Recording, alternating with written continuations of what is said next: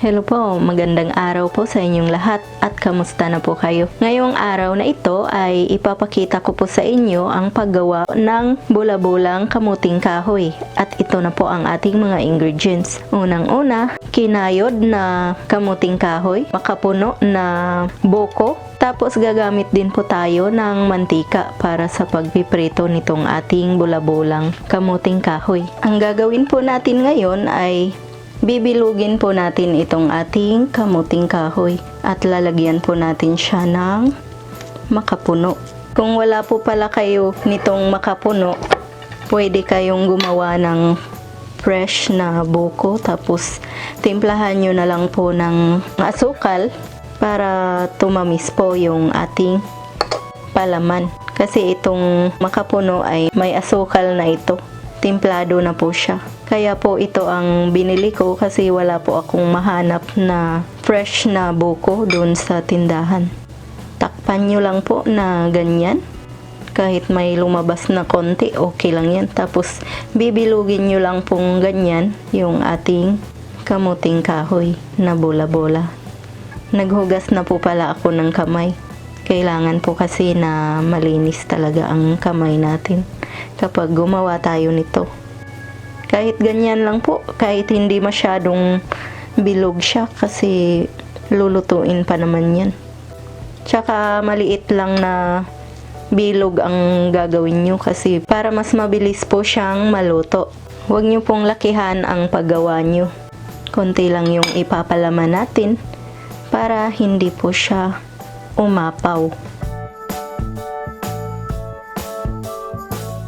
Napakasimple lang pong gawin ito. Napakadali lang, tsaka 3 lang yung ingredients or 2 kasi yung mantika, yung pangpiprito na natin yun mamaya. Yan.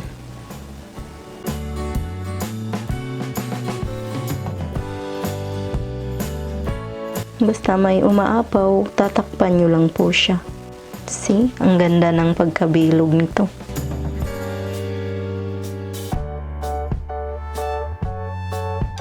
Kung sakali pong nagkulang yung kamuting kahoy nyo, pwede nyong takpan na ganyan.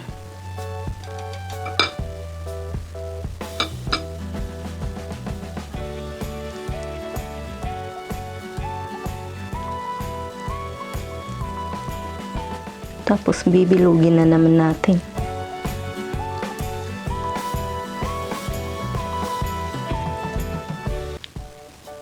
Ayan na po ang ating nabilog na kamuting kahoy. Kailangan po pala na pigain nyo yung kamuting kahoy nyo para hindi po siya magkaganito po na masyadong basa. Yung iba, pinigaan ko po sila kasi naka-frozen po kasi itong kamuting kahoy namin kaya masyado siyang nagtutubig. Pero kung kayo ang gumawa tapos fresh yung kamuting kahoy nyo ay pigaan nyo lang po ng konti. So ayan na po ang ating kamuting kahoy. Lulutuin na po natin to. Maglalagay na po tayo ng mantika para paiinitin po natin.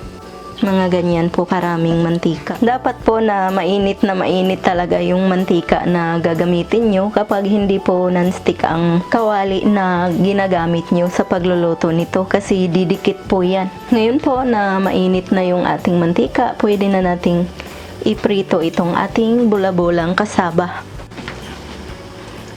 Isa-isahin lang po natin. Ito po yung paborito naming merienda noong bata pa kami na nagluluto po yung lola namin. Ngayon ko lang po niluto uli ito. Matagal na akong hindi nakakain yan. Masarap po ito, tsaka pwede rin pong pang negosyo. Subukan nyo po at hindi kayo magsisisi sa lasa. Ngayon ay kailangan po natin na hintayin muna na mag golden brown. Kailangan po pala natin na pahinaan yung apoy para hindi po siya masunog. Ngayon ay titignan natin kung nag-brown na ba yung kabila. Yan. Babaliktarin po muna natin. Kailangan po magkapareho po muna sila para hindi sumabog yung ating bola-bola.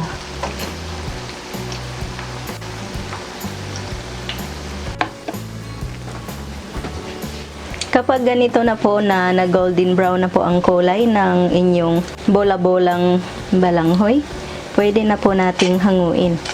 Dapat po ganito talaga ang kulay para sure po tayo na talagang luto.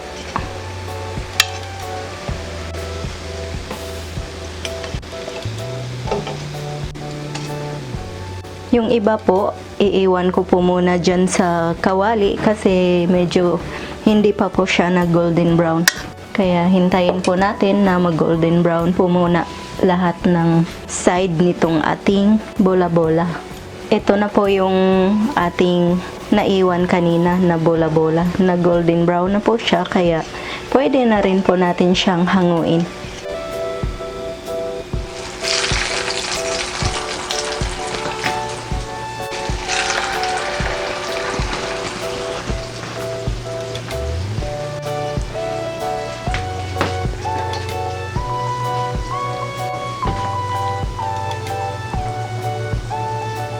Ngayon po, yung iba na medyo luto na sa tingin ninyo ay hanguin nyo na po.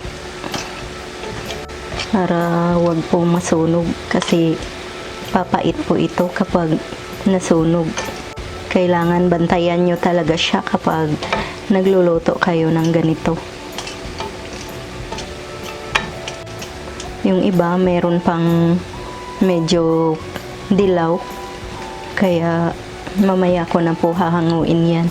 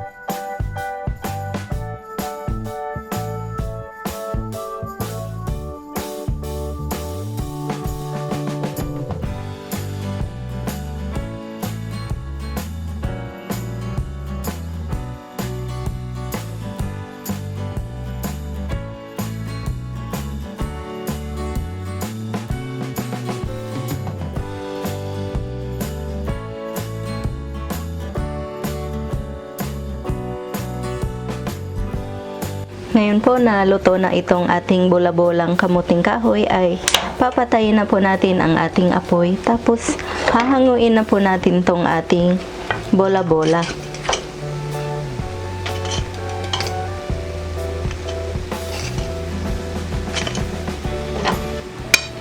Ito na po ang ating finished product ng kamuting kahoy na bola-bola. Titignan po natin ang loob.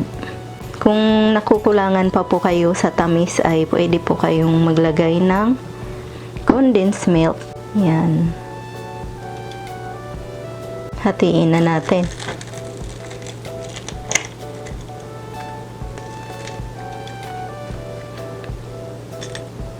Yan po ang loob ng ating bola-bolang kamuting kahoy. Titikman po natin. Ang sarap po. Hindi na po ako makakapagsalita dahil po sa sobrang sarap.